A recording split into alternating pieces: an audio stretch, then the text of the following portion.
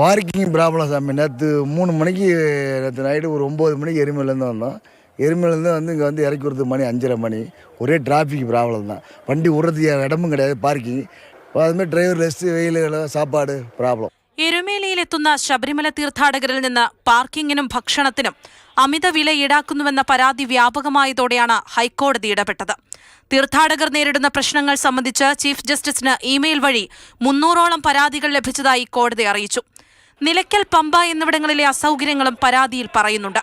എരുമേലിയിൽ പാർക്കിങ്ങിന് കനത്ത ഫീസ് ഈടാക്കുന്നതിലും ഭക്ഷണ സാധനങ്ങൾക്ക് അമിത വില വാങ്ങുന്നതിലും റിപ്പോർട്ട് നൽകാൻ എക്സിക്യൂട്ടീവ് മജിസ്ട്രേറ്റിന് ഹൈക്കോടതി നിർദ്ദേശം നൽകി.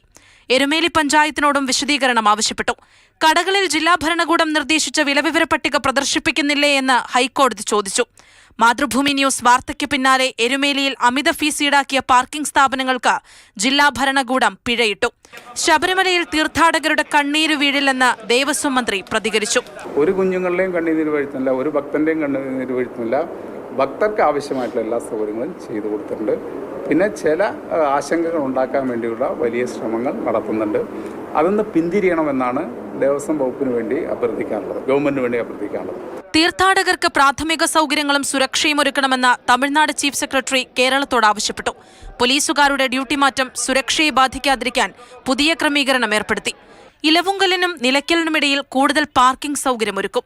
ശനി, ഞായർ ദിവസങ്ങളിൽ തീർത്ഥാടകരുടെ എണ്ണം വർദ്ധിക്കുമെന്ന് പ്രതീക്ഷിക്കുന്നുണ്ട്.